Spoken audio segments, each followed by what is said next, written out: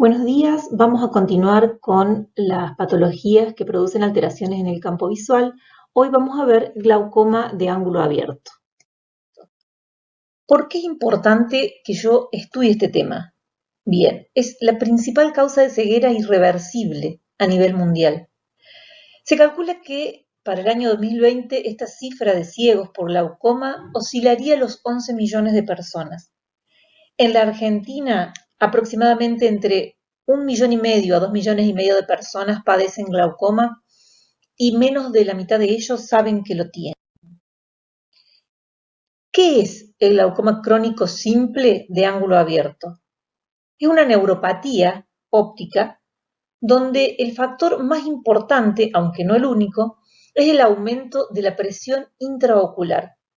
Este aumento va a generar a lo largo del tiempo un deterioro con pérdida y muerte de las fibras ganglionares de la retina, y esto se va a traducir funcionalmente en una disminución progresiva del campo visual hasta llegar a la ceguera si no es tratado a tiempo. Esta forma de glaucoma es la de presentación más frecuente. ¿Y cómo los clasifico? Los glaucomas se clasifican en primarios, que pueden ser de ángulo cerrado, que si se cierran de manera aguda, corresponde a una urgencia, o pueden cerrarse de manera crónica. En este caso, lo que se produce es una alteración o una interrupción a la circulación normal del humor acuoso que debe abandonar el ojo a través del trabeculado. Y primario de ángulo abierto, en el cual esa falla en el drenaje se encuentra dentro del mismo trabeculado y no es visible a simple vista. Nosotros no podemos identificar por qué razón este humor acuoso tiene dificultad en abandonar el ojo. También pueden ser secundarios. Los glaucomas secundarios nosotros podemos atribuirle la causa de la falla trabecular a alguna situación. Congénitos ya es debido a una detención o una malformación en el transcurso de la embriogénesis y son vistos con los temas de pediatría. ¿En base a qué yo voy a clasificar el ángulo en abierto o cerrado? Se hace en base a la visibilidad de las estructuras que nosotros tenemos anatómicamente en el ángulo. Recuerden ustedes que entre la córnea y el iris, en ese ángulo se encuentra el trabeculado y por detrás del mismo el conducto de Schlemm. Si yo puedo ver todas las estructuras, como en este caso, a la imagen que ustedes tienen a la izquierda, yo digo que este ángulo es abierto, o sea, yo tengo el iris y tengo toda la zona del trabeculado accesible a mi vista. A diferencia de la imagen que ustedes tienen a su derecha, en la cual yo no puedo identificar claramente el trabeculado porque tengo la interposición de tejido iridiano. ¿Con qué lo hago? Contamos con una lupa que se llama lente de gonioscopía, que funciona con un espejo, en el cual incide la luz en el espejito, lo dirige hacia el ángulo y así nos permite. Aquí tenemos un ejemplo de cómo se hace una gonioscopía. Ustedes pueden ver todo esto marrón, ahí en el encuentro con lo blanco, sería el ángulo corneal, se encuentra el trabeculado que nosotros apenas dibujamos como esta raya de color medio beige irregular. ¿Y qué síntomas tiene el glaucoma? En general es asintomático, es decir, como la pérdida es progresiva del campo visual, demora el paciente en darse cuenta y su diagnóstico generalmente ocurre en un examen de rutina. Por lo tanto, es muy importante tener presente esta patología para recomendarle a los pacientes sanos hacer controles. ¿Y cuáles son nuestros factores de riesgo? Como habíamos dicho, la presión intraocular elevada es el principal factor de riesgo para desarrollar el glaucoma. La edad también es importante y deben tener en cuenta que a partir de los 40 años la incidencia del glaucoma es de alrededor del 1 al 2% y coincide con la aparición de la presbicia. Por eso, cuando un paciente les refiere a ustedes que está viendo menos o tienen dificultad para leer, la recomendación ideal es que vaya al oftalmólogo porque juntamente a esa edad también hay mayor riesgo de padecer glaucoma. Antecedentes familiares. El tener familiares que hayan tenido glaucoma o que hayan quedado ciegos por glaucoma son factores importantes porque hace que esa persona tenga más chances de padecerlo. Las etnias, la etnia negra, por ejemplo, tiene mayor incidencia. Y otros factores ya inherentes a la propia estructura ocular que cuando el paciente va al oftalmólogo nosotros lo tenemos en cuenta. Los diabéticos, los miopes y causas genéticas también están involucradas.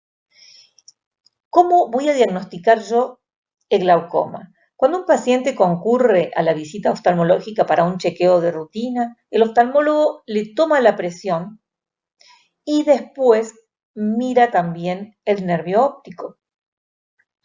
¿Por qué? Porque puede que le tomemos la presión en ese momento dentro de rangos normales, pero en algún momento del día esté más elevada y podamos encontrarnos con un daño.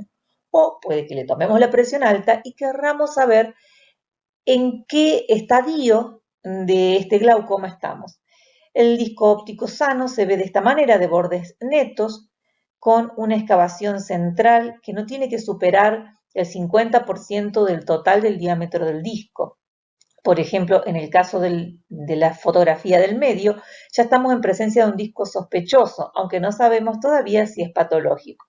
En cambio, en el de la derecha de la pantalla, solamente a este nervio le queda una delgada línea de anillo neuroretiniano y la excavación ocupa casi el 90% del total del diámetro, con lo cual es francamente patológico. ¿Y qué más hacemos para evaluar a este paciente? Bueno, también vamos a evaluar la función a través del campo visual computado. Cuando el nervio óptico está sano, se supone que el campo visual está normal, como en el caso de la primera imagen de la izquierda.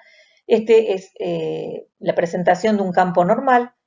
El puntito negro corresponde a la mancha ciega, que es normal en todos nosotros, y es donde corresponde a la emergencia de las fibras nerviosas. En esa zona no hay células sensibles. En la fotografía del medio, que teníamos un disco sospechoso, acá podemos ver que esta parte del anillo es un poquito más delgado que el resto, lo cual podría hacernos pensar que hay una pérdida de fibras, y si miramos el campo visual vamos a ver que aparece estas manchas negras arqueaditas que se llama escotoma, en el cual ya no hay función visual y es un estadio de comienzo moderado de un glaucoma. Y en la última fotografía, donde yo les mostraba un disco muy dañado, podemos ver que el campo visual está prácticamente todo negro y solamente persiste acá en el centro la función visual de este paciente. ¿Con qué otras herramientas yo cuento para estudiar el glaucoma? Existe lo que se llama la tomografía de coherencia óptica, que es un estudio que nos permite a nosotros cuantificar, es decir, medir la capa de fibras y de esa manera poder ver en dónde estamos parados cuando diagnosticamos un glaucoma y poder hacer un seguimiento para comprobar que este paciente ha detenido el avance de su enfermedad o no. En la imagen de la izquierda el nervio óptico se presenta sano, pero en la derecha tenemos ya un daño con pérdida de las fibras superiores e inferiores. También podemos realizarle fotografías. Una fotografía anerítera, que quiere decir libre de rojo, nos permite ver bien la capa de fibras y cuando la misma falta se ve este sector como si fuera más oscuro. Y podemos documentarlos también con una fotografía color en la cual vamos a tomar al nervio óptico y lo vamos a comparar con las sucesivas imágenes. Diagnosticamos al paciente con glaucoma y ahora nos corresponde tratarlo. Siempre que podemos empezamos con tratamiento tópico médico y la primera línea y primera elección son los análogos prostaglandínicos, ya que producen un descenso marcado de la presión, aumentando el flujo de salida uveoscleral y se administran una vez al día sin efectos sistémicos. Los beta bloqueantes, que hasta hace unos pocos años eran de primera elección, han quedado en segundo lugar, producen un buen descenso de la presión, pero tienen efectos sistémicos. Actúan bajando la presión, disminuyendo la producción de humor acuoso. lo mismo que los inhibidores de la anhidrasa carbónica, que pueden ser tópicos o orales. Orales generalmente los utilizamos por breves periodos de tiempo. Estas drogas, tanto el betabloqueante como los inhibidores, pueden estar solos o combinados y se pueden y suelen combinar a las prostaglandinas también. Y por último, los agonistas alfa-2 tópicos, como la brimonidina, que también producen una reducción de la presión ocular, disminuyendo el flujo, disminuyendo la producción de humor acuoso.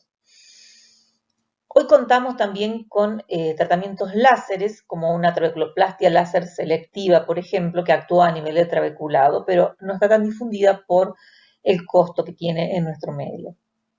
Si el tratamiento médico conservador o láser no da resultado, pasamos a las técnicas quirúrgicas. Una de ellas, la trabeculectomía.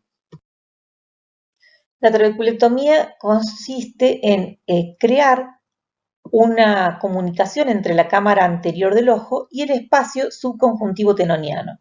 Se talla una tapita escleral de espesor parcial, luego se realiza una apertura que va a comunicar a nivel del limbo la cámara anterior con este espacio. Eso puede hacerse de esta manera o con un sacabocados. El humor acuoso pasaría desde la cámara anterior, por debajo de esta tapita y por los bordes, a este espacio creado acá, subconjuntivo tenoniano, y de allí es reabsorbido a la circulación general. Sigue siendo una de las técnicas preferidas para los pacientes que no responden al tratamiento o que requerimos descender aún más la presión ocular.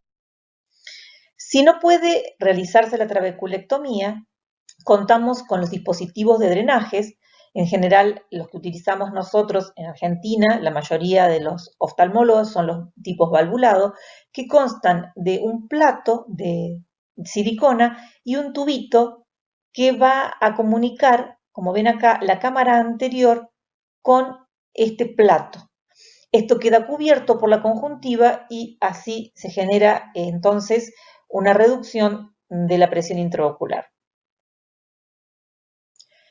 En cuanto a los glaucomas secundarios, habíamos dicho que el glaucoma primario era aquel en el que nosotros teníamos una falla a nivel del trabeculado que generaba una obstrucción al pasaje del humor acuoso, pero no podíamos ver por qué. Los glaucomas secundarios, en cambio, nosotros tenemos una causa que lo puede explicar. Uno de ellos, y el que vemos con más frecuencia, son los secundarios al uso prolongado de corticoides, ya sea tópicos o sistémicos, que pueden ser biorales, o también muchas veces los pacientes reciben la administración terapéutica subconjuntival o subtenoniana de corticoides. Es importante que cuando ustedes tengan pacientes de cualquier edad que deban ser sometidos a tratamientos prolongados con corticoides, les hagan un chequeo oftalmológico, ya que un 20% de la población responde aumentando la presión intraocular cuando reciben corticoides en largos periodos de tiempo. ¿Qué otros glaucomas secundarios conocemos? Tenemos el glaucoma pseudoexfoliativo, que en nuestro medio es muy frecuente, y que consiste en el depósito de un material de tipo fibrilar que es producido por las membranas basales en una condición degenerativa. Se produce por el depósito de material fibrilar de las membranas basales de todo el cuerpo, pero a nivel del ojo nosotros podemos verlo ya que queda depositado en la cara anterior del cristalino y con los movimientos de la pupila se va desprendiendo como esta caspita. Esto se deposita en todas las estructuras del ojo, favoreciendo la debilidad a nivel de la zónula del cristalino y a nivel del ángulo, generando una obstrucción progresiva del trabeculado. Es uno de los glaucomas de más difícil tratamiento. Otro glaucoma secundario también bastante frecuente son los glaucomas secundarios de un traumatismo. Cuando se produce un golpe en el ojo, podemos tener hemorragia por daño de los vasos y ese acúmulo de sangre puede generarnos un aumento brusco de la presión intraocular.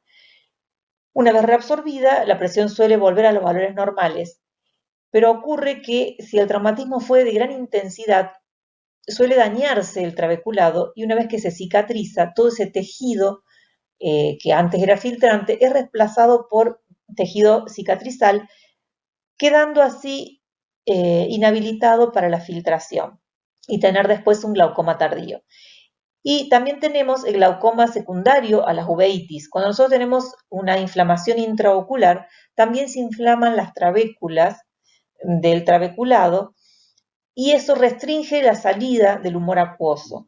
En las uveitis crónicas, cuando hay inflamación de larga data, la presión elevada durante mucho tiempo puede determinarnos un glaucoma y el paciente terminar perdiendo la visión no por la uveitis o la secuela de la misma, sino por el glaucoma.